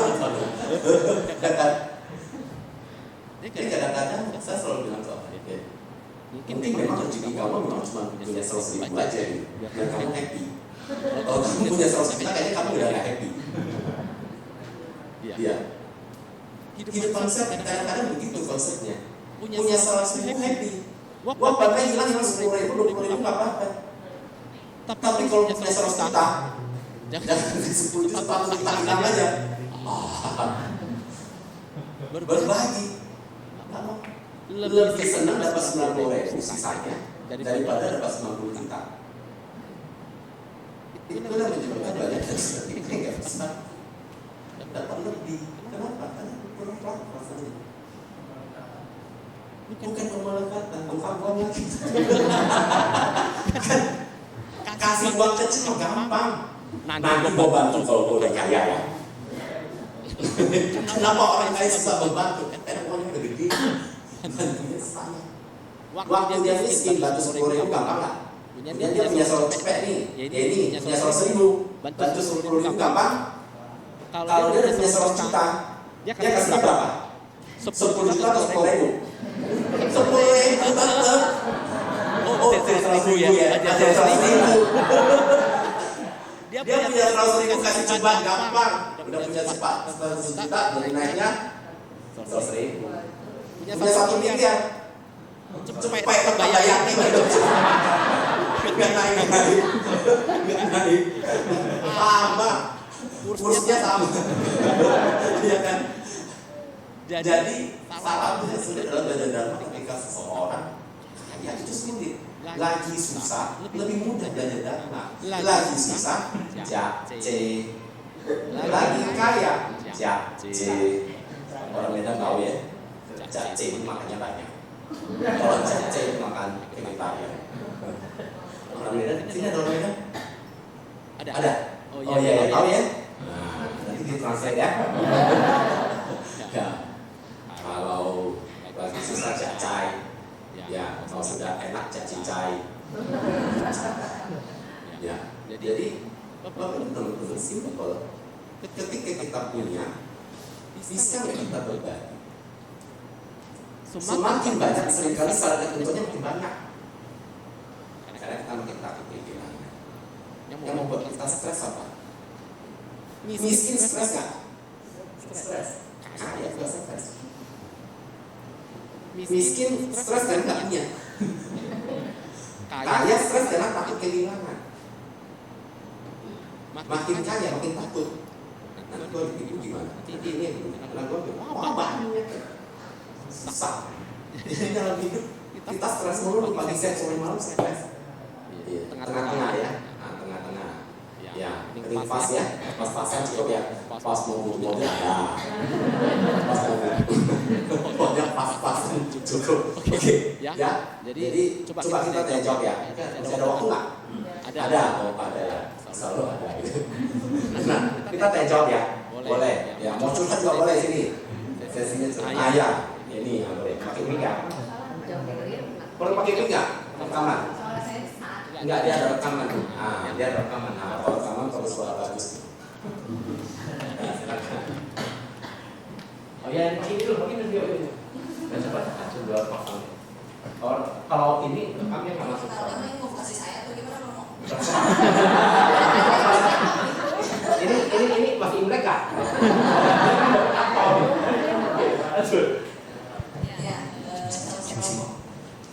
Saya mau tanya satu lagi mungkin yang saya rasa bikin stres itu ya. Stres ada masa depan. Ada masa depan. Ya saya pribadi sih ada stres itu sendiri yang saya alami untuk masa depan anak saya. Karena saya rasa saya udah dia nggak punya bapak gitu. Kalau bapaknya kan bisa arahin. Ini banyak susah. Ini kalau bapaknya kan mau melanjutkan usaha bapaknya tapi kan tidak sepintar bapaknya gitu loh. Jadi saya kadang-kadang kasihan ya anak saya yang dari arahin gitu loh. Jadi saya kadang-kadang kayak stres gitu mikirin nanti mereka selanjutnya adaptasi. Saya sih pengennya mereka juga saya semua orang tua sama lah ya. Kayak anaknya sukses sama segala macam. makanya saya merasa tidak mampu untuk memberikan kayak jalan cara ngajarin segala macam. Jadi saya sekarang cuma kamu berdiri sendirilah, kamu usaha sendirilah. Saya kadang-kadang sama ipar-ipar saya lah, itu anak saya tuh dibantu-bantu di ajar-ajarin, mereka semua ipar-ipar saya tuh bisnis gitu ya. Saya minta mereka buat ajar-ajarin anak saya. Jadi saya kadang khawatir seperti itu sih, kadang-kadang lagi stres akan masa depan gitu. Thank you. Oke, thank you. Ya. Ya. Jepang tahun 40-an itu hebat luar biasa. Dia salah satu negara yang paling jago kan. Ya, menjajah Indonesia, menjajah China, semua dijajah. Oke, tahun 45, boom, Hiroshima Nagasaki itu hancur. Oke, menyerah. Semua pada tempat Jepang tidak ada apa-apa lagi. Setelah itu, tiba-tiba ekonominya makin boom, naik paling hebat, negara nomor sekian. Hebat luar biasa kaya lagi. Wah, Jepang hebat luar biasa, keren. Ya, terus sekarang ekonomi lagi terpuruk. Waduh, hidup naik turun, kita nggak bisa pindah. Iya, dan mana anda lakukan kekhawatiran. Setiap orang membawa karmanya masing-masing. Setiap orang punya jalur hidupnya masing-masing. Dan kita nggak pernah tahu. Anak yang manja mungkin jadi nggak ada apa-apa. Anak yang susah bisa jadi dia punya pemikiran jauh lebih maju. Berikan yang terbaik, pendidikan yang terbaik, pengetahuan yang terbaik, jalan yang terbaik. Sisa nggak ada yang kepada beda, maka dia punya sama. Bisa jadi nanti kita teman-teman juga tidak jadi apa yang kita bisa prediksi tentang masa depan. Waktu kecil, memang saya mau jadi apa? Kan nggak jelas juga. Akhirnya jadi apa? Juga kadang nggak nyambung. Sekolahnya apa jadinya apa? Fine, sama kecil jadi. Harapannya apa jadinya apa? Untung setelah. Jadi anak ini berikan yang terbaik buat dia. Sisanya dia harus menentukan langkahnya. Kita nggak bisa menentukan langkahnya dia. Kita khawatir apakah bisa membantu dia. Kalau Anda bisa khawatir dan dia jadi lebih sukses, enggak. Khawatir dan terus. Tapi ketika kita khawatir tidak bisa membantu apa-apa, malah ini kita drop. So buat apa? Ya. Jadi simpelnya begini. Dulu Jamie dengan kondisi seperti ini. Waduh, ada suami susah. Ternyata juga survive. Kok bisa? Karena semua makhluk survive kalau itu. Anak juga nanti dia akan survive dengan cara dia. Bisa jadi nanti ketemu cowok atau cewek. Cowok. Bisa ketemu dengan istri, ketemu istrinya anak orang berat, mus. Bisa saja jadi. Aduh, yang kita streskan itu sesuatu yang belum terjadi. Kita cuma khawatir kita buat penyesalan masa lampau, tetapi masa depan itu aja. Apakah itu benar Anda? Contoh, Jenny pernah punya bencana sama seseorang? Coba pejamkan mata, hadirkan orang itu di depan Jenny. Rasanya gimana? Nyaman atau tidak? Ya, nyaman sekarang begitu munculkan ada nggak orangnya? Misalnya si A. Jenny, sekarang munculkan si A di hadapan kamu orang yang kamu benci. Kamu pejamkan mata, kamu rasakan muncul kebencian lagi, bisa jadi muncul kebencian lagi. Terus pertanyaan saya, si A ini ada nggak sekarang? Ada. Kalau nggak ada, bencinya dari mana muncul? Kemarin muncul, ada kan? Ada atau nggak ada sekarang? Tapi sampai ada bisa muncul, nggak ada. Semua tercipta dari pikiran, kekhawatiran, kemarahan, kebencian, dan dendam, semuanya muncul dari pikiran. Ketika kamu berpikiran anak kejadian, kamu seperti skema bikin satu film. Sutradaranya kamu, produsernya kamu, pemainnya kamu, penontonnya kamu. Betul? Penontonnya, aduh, filmnya mah bikin gua stres. Pemainnya siapa? Gua juga. Sutradara yang bikin cerita siapa? Gua juga. Produser semua kamu sendiri yang bikin film yang stres kamu yang bikin film cerita tentang masa depan anak kamu yang bikin kan? Betul? Ada yang nonton gak filmnya? Yang nonton siapa? Yang stres siapa? Terus kenapa kamu bikin film kayak gitu? Kenapa gak bikin film yang lebih bagus? Dia belajar bikin film yang bagus-bagus aja. Dia penonton gak happy. Ini udah filmnya film bikin ketakutan kan? Ini yang serem. Terus malah nggak bisa tidur. Kenapa? Takut ini. Kenapa? Filmnya film hantu. Mana? Kamu ini film ketakutan terhadap masyarakat kayak hantu kan? Nggak ada, tapi kelihatannya ada. Nanti anak gua kayak gini ya. Nanti kalau ini. Hantunya udah muncul, kita udah takut. Nggak ada pada dasarnya. Ayolah, kita belajar bikin film yang kira-kira. Ya. Anak gua dengan nggak ada apa-apa, dia akan lebih mandiri. Nanti dia bisa lebih sukses lebih. Kan boleh kan bikin film gitu? Boleh kan? Happy kan? Kenapa nggak bikin film bagus? Sutradaranya biasa bikin film hantu aja, bagus aja. Jadi filmnya serem-serem melulu. Bikin film bagus. Sama ketika misalnya nyetir mobil ya, tiba-tiba nih ya. Ada lagi udah bener, jalan udah bener, tiba-tiba ada mobil lagi sepeda, hampir kena. Ya, marah nggak? Kaget. Marah lah ya, kaget duluan. Marah. Ini udah bener, belum marah, kaget duluan. Ya, kesel. Habis itu film dan pikiran kita apa? Kita boleh, aduh orang yang nggak bener nggak tahu apa. Itu film yang pertama. Film yang kedua, ada seorang anaknya lagi jatuh, berdarah, dia harus bawa cepat ke rumah sakit, lagi buru-buru, dia harus pakai ini cepat sampai motong kendaraan lain. Kira-kira kalau kita tahu film yang kedua, orang ini lagi buru-buru bawa anaknya ke gawat darurat, gitu. Kita kasih dia jalan nggak? Kita marah nggak? Udah, film siapa yang bikin?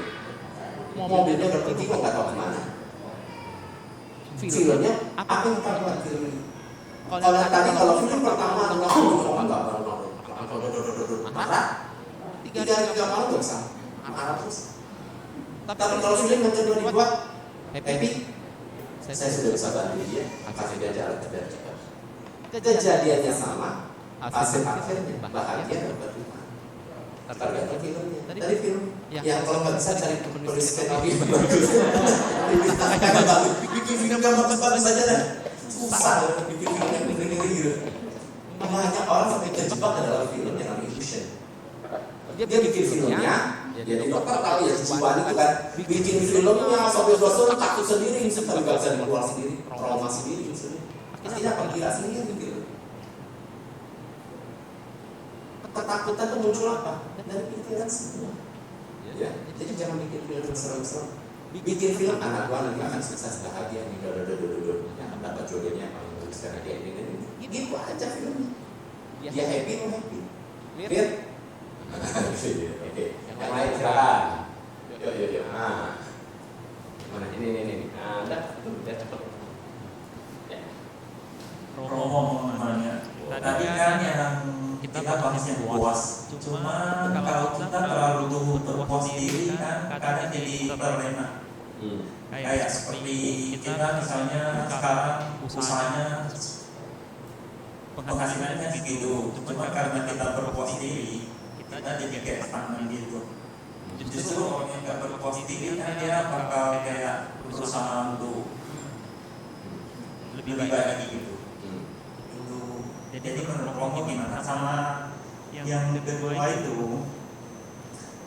Ini penasaran aja sih, sebagai kayak umat muda secara pandangan muda itu apa yang paling penting atau yang harus kita prioritaskan dalam hidup ini, seperti keluarga, agama, orang tua, keluarga. Dari pandangan muda yang benar itu seperti apa, sama dari pribadi Romo sendiri seperti apa? Soalnya kadang secara muda dan secara kita praktekkan agak susah juga kan penerapannya. Ya. Sama yang terakhir ini yang tadi kekhawatiran itu loh. Romo yang kekhawatiran itu kan memang banyak orang pasti ada kekhawatiran tertentu kan. Cuma kayak seperti ibarat kita di tol ya, kita bawa kendaraan kan kita bawa lalu. Ini yang terakhir Romo. Misalnya kita selama ini kita khawatir kita bawa di tol cuma berani bawa sampai 100 km kecepatannya. Tapi kalau kita menghilangkan kekhawatiran itu, nanti kita di bawahnya 120, 130, itu gimana? Misalnya kan kita selama ini kita menahan diri karena kita khawatir kalau kelajuan kan kecelakaan. Cuma kalau kita selalu menghilangkan kekhawatiran itu kan ya kadang jadinya itu kan. Batasan itu seperti apa? Udah, Kata lagi.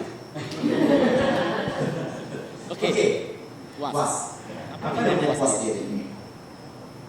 Was adalah merasa ini dimensi bahasa ya. Sama ketika orang bilang bersyukur. Apa itu bersyukur? Ya, biasanya syukurin dulu. Lainnya. Bersyukur adalah ketika kita melihat yang terbaik dari apa yang sudah kita lakukan. Pikirkan, ucapkan. Jadi gitu. Apa itu yang perbuatan baik? Perbuatan baik adalah jika apapun yang kita pikirkan, apapun yang kita ucapkan, apapun yang kita lakukan. Jadi tiga saluran yang kita bisa menggunakan pikiran, ucapan, tindakan. Apapun yang kita pikirkan, yang kita ucapkan, yang kita lakukan bermanfaat untuk diri kita dan untuk orang lain. Itu yang namanya perbuatan baik. Bermanfaat untuk kita, merugikan orang lain tidak bagus. Bermanfaat untuk orang lain, merugikan orang lain tidak bagus. Apalagi kalau dua-duanya mendapatkan manfaat. Kalau tidak mendapatkan, kita mendapatkan manfaat, orang lain mendapatkan. Oke, perbuatan baik jika kita fine, baik orang lain juga baik. Nah, setelah kita lakukan apapun perbuatan yang menurut dengan pikiran, ucapan, dan tindakan yang disertai dengan jasana atau kehendak yang baik, apapun hasilnya, itulah yang terbaik. Oke, saya ulang kembali. Ketika kita melakukan berpikir, melakukan sesuatu, apapun, usaha, bisnis, apapun, setelah didasarkan dengan pikiran, ucapan, tindakan, disertai dengan niat yang baik, ya, yang pertama adalah hasilnya apapun itu sudah terbaik.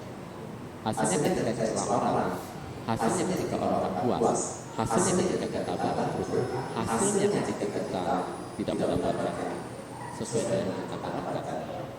Kita berpikir baik-baik karena saya sudah banyak sedikit, tapi saya sudah banyak baik. Oke, belajar lagi menjadi lebih baik, tanam lagi perbuatan baik. Next time kita usaha lebih baik. Nah, kalau dapatkan segini dengan usaha, pikiran, ucapan, semua sudah terbaik, sudah dapatkan segini. Ini artinya kita menyadari potensi kita sampai hari ini ada segini. Oke, so dari ini mau kemana? Mau di apa lagi? Mau di mana? Mau di apa lagi? Itu semua kepada pikiran kita next. Nah, puas itu artinya apa? Menyadari apa yang kita dapatkan hari ini adalah segini. Itu adalah puas. Kalau nggak puas, kita nggak menyadari potensi karena kita semua kita nggak tahu. Artinya kita cuma mau lebih tinggi lagi, itu artinya kita udah tahu. Next, setelah itu apa? Iya. Ada kata kunci, yaitu kita harus mulai belajar memaklumi. Apa itu memaklumi? Memaklumi artinya kita menyadari sepenuh hati semua kondisi yang menurut saat ini, sekarang ini, apapun adalah bagian dari karena kita di masa lampau dan kita nggak bisa merubah masa lampau. Yang kita bisa lakukan merubah masa depan. Itu artinya puas. Oke. Kalau tanya saya contoh misalnya, tadi bilang usaha. Siapa namanya? Johan. Lagi usaha apa? Online. Oke. Online juga ada yang namanya pasar surut, betul? Lagi pandemi seperti apa, sudah pandemi seperti apa, semuanya begitu. Kita sadari ya, toko-toko online juga berubah dengan cepat kan? Ya usaha rintisan, platform yang apa berubah dengan cepat semua. Yang perlu kita lakukan apa? Kemauan buat kita dua hal. Ya. Yang pertama kita punya pengetahuan banyak itu, belajar terus. Yang kedua kita punya keterampilan. Ya. Saya nggak bisa jaga sesi motivasi, dapat belajar dan seterusnya. Seringkali kita lupa dua hal ini. Oke. Kita katakan udah puas nggak mau lakukan ini. Kenapa? Karena kita mentok. Kita punya keterampilan mentok. Contoh saya punya usaha. Tapi kemarin saya merasa oke. Dalam dunia yang penuh dengan ketidakpastian sekarang kan, penuh dengan perkembangannya bagaimana cepat. Bisa nggak kita mengandalkan hanya pada satu keranjang dan satu bisnis? Oh bisa berubah dengan cepat loh. Yang punya restoran pada saat pandemi gimana rasanya? Berapa banyaknya yang coba? Oke. Yang saya lakukan, saya buka bisnis usaha. Kemarin baru resmikan. Ya. Jadi satu hal kita hadapi kenyataan, satu hal kita hadapi kita melakukan visi, misalnya sudah ada di titik ini. Tapi satu hal lain kita cari jalan keluar yang boleh. Ya, kemarin saya dapat satu usaha baru, ya, sekolah, les, kursus, gambar, digital animation, ya, ngajar buku, kita buka usaha terus. Nanti next bisa buka usaha, fine, kita lakukan apapun. Demi apa? Demi diri kita, orang-orang terbaik kita dan semua makhluk itu dengan niat yang terbaik. Jadi Johan pesannya kita online. Apa yang bisa kembangkan lagi selain hanya jualan online? Belajar banyak, punya pengetahuan keterampilannya. Kemudian puas itu artinya tidak membatasi diri kita untuk melanjutkan kehidupan, mengembangkan bisnis. Puas artinya kita menyadari bahwa posisi kita memahami kondisi kita dapat jadi memahami. Oke, kalau tidak kita stres. Oke, penghasilan kita segini saya mampu. So what? Solusinya apa? Cari bisnis baru yang bisa dapat performa 2 kali lipat. Fine. Tapi yang sudah lewat, yang sudah kita dapatkan sekarang tidak membuat kita stres. Saya sudah tahu sadari itu. Kemudian Johan, hidup di mana? Kamu jawab satu pertanyaan paling simpel. Hidup di mana? Udah tahu belum? Kalau kita nggak tahu hidup di mana, buat apa hidup? Karena saya pertanyaannya simpel. Hidup di mana? Bingung? Karena kita nggak bisa tahu hidup di mana, maka kita bingung. Hidup ini ada dari ini. Jadi pertanyaan tujuan hidup kita harus clear dulu. Tentangnya apa? Kamu berbisnis cari uang buat apa?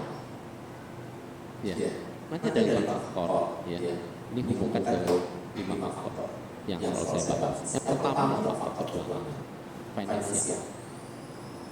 Beres hidup. Ya tujuan hidupnya ada faktor finansial. Kalau finansial berantakan, problem. Uang nggak penting. Ya siapa tahu uang nggak penting. Coba aja kita tawar yang punya uang. Iya. Bukan yang susah saya cara. Katanya uang bukan yang susah. Gue sih mungkin fine aja. Saya selalu bilang teman-teman, istri lu kalau bahagia nggak punya uang, itu baru bilang hebat. Iya, ya kan? Jadi jangan bilang, oh uang nggak dibawa mati. Memang uang nggak dibawa mati, tapi mati itu pakai uang. Kalau kita sama itu mati. Artinya apa? Karena orang nggak punya uang, kalimat pembahagia membuat dia bahagia, ya kan? Itu kan kalimat bahagia. Uang nggak penting, uang nggak dibawa mati. Itu kan karena dia nggak punya uang. Coba punya uang, lain-lain aja. Bahasanya, puisinya lain. Artinya apa? Jangan hanya kita terhadap dunia finansial, keuangan. Mau berdagang juga butuh uang kan? Orang dagang, tolong kasih deh. Tenang ya. Bapak sih kasih bapak. Uang sama ngasih uang nggak ada. Dia butuh uang kan? Finansial perlu nggak?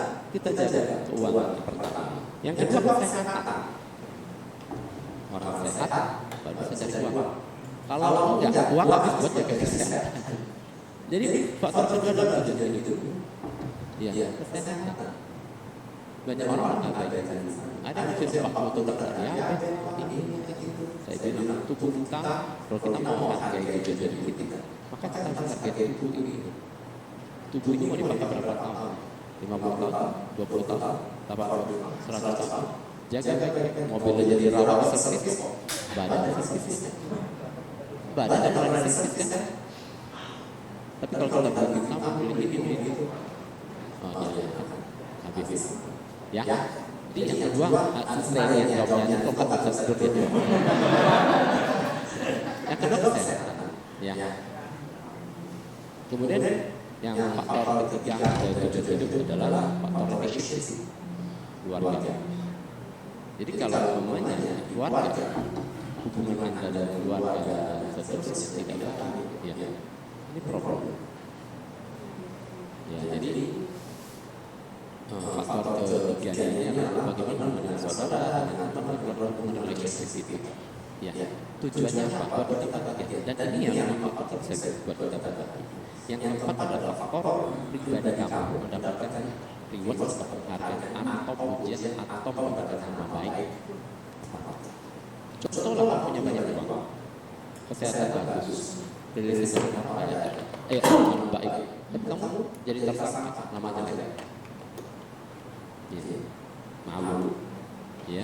Yang kelima adalah faktor sosial aktualisasi diri di social life, bantu orang, ya, bikin yayasan itu yang bagian kelima. Karena kamu salah satunya itu bagian kelima adalah seperti ya pelayanan. Karena ini lima yang saya lepaskan dari hidup ini. Jadi lima ini sih dijaga. Jadi tujuan jadi beres lima ini. Ya, lima ini beres. Mana yang beres? Ada orang kaya yang keluarganya di atas. Ada yang beres. Ada orang kaya yang kesehatannya coba diberes dulu. 5 hal ini jaga baik-baik. Nama baik penting, ya kan? Habis itu aktualisasi itu sosial, hidup sosial atau pelayanan kita di lingkungan dan seterusnya.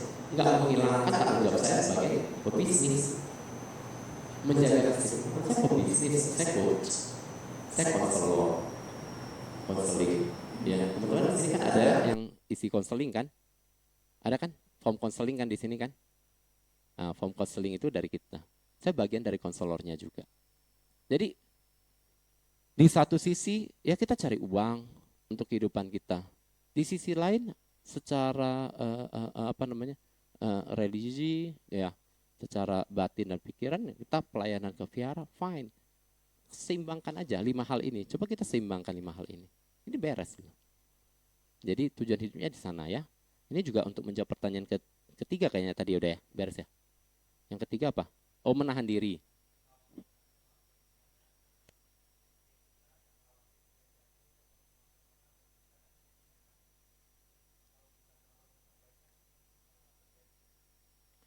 Nah, kuncinya adalah keseimbangan, apapun itu.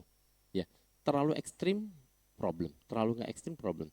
Saya cerita kekhawatiran, ketakutan. Apa sih kekhawatiran, ketakutan? Ya. Dalam saya umpamakan di cerita tentang perjalanan ke barat Sun Gokong dengan versi saya ya, versi saya sendiri. Perjalanan ke barat itu kan Teo Samcong. Ya. Itu kan cerita tentang Xuanzang, ya, biku yang mengadakan perjalanan pada masa dinasti Tang. Tapi dibuat jadi legenda dan legenda ini mengandung banyak arti makna. Ya.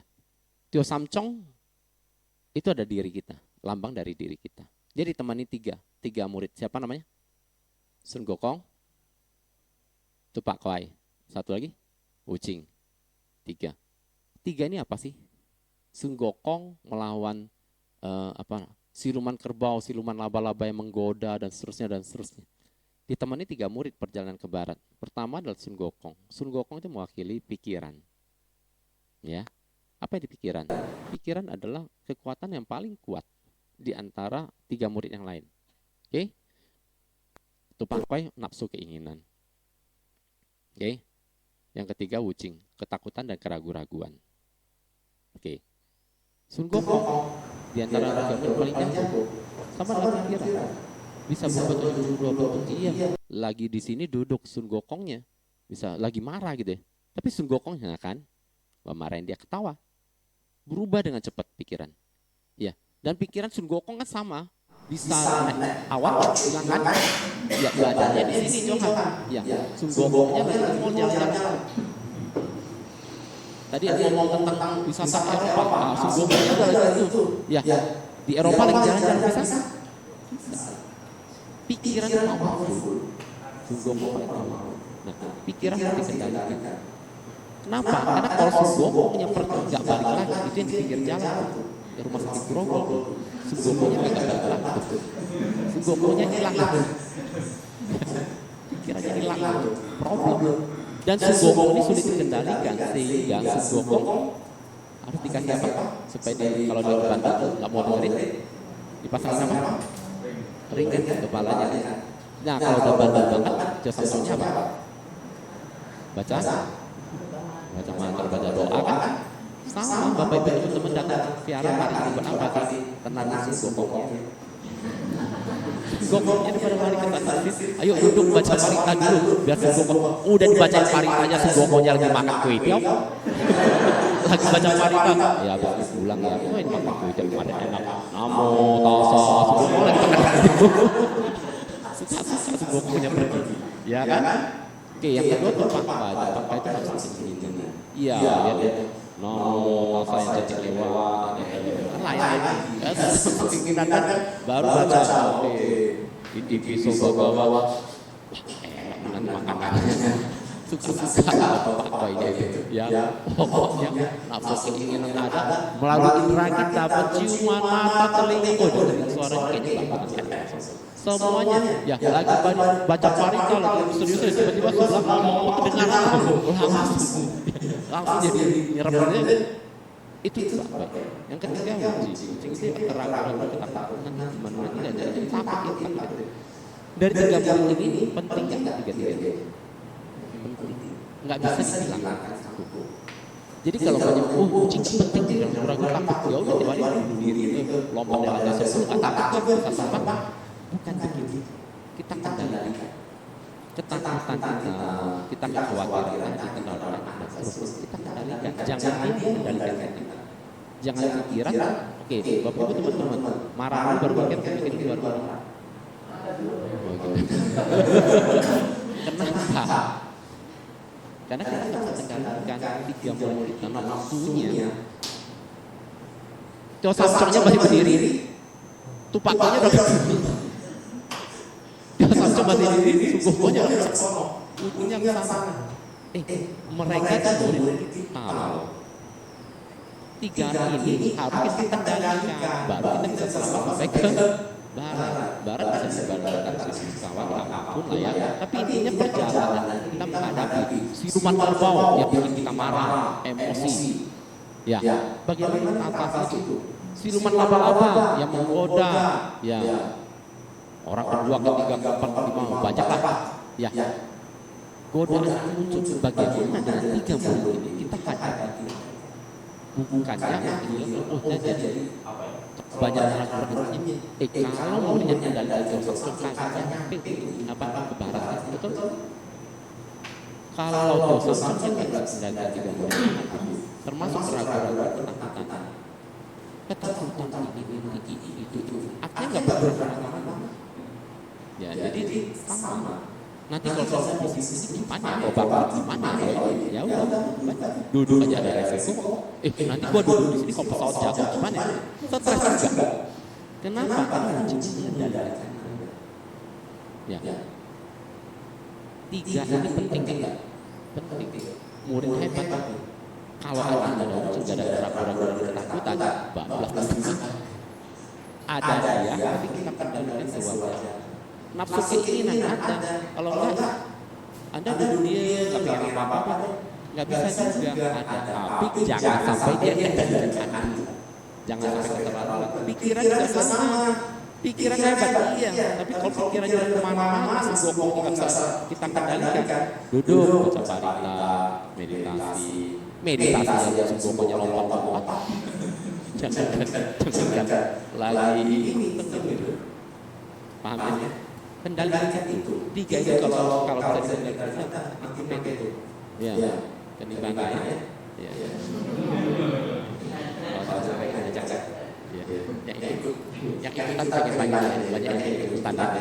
Oke kita berhenti ya. Oke sip ya udah ya beres ya saya kira jam 3. Oke jadi Bapak teman-teman kalau simpelnya begini lah ini stres penting ya kadang-kadang stres kadang-kadang membuat kita bergerak ya. Tapi terlalu stres itu jadi problem. Enggak ada stres sama sekali itu juga problem. Ya anak manja nggak mau tahu pulang asal lempar pasal nggak ada stres. Nanti mereka jadi manja dan tidak akan kuat ada itu. problem. Jangan kekhawatiran terlalu banyak juga problem. Tidak ada kekhawatiran sama lain juga problem. Jadi kita jadi nggak bisa bergerak. Yang penting biar keseimbangan jalan tengah. Ya. Oke, semoga kita semua maju dan berkembang. Semoga kita semua bahagia dan semoga semua malu hidup. Berbahagia. Sadu.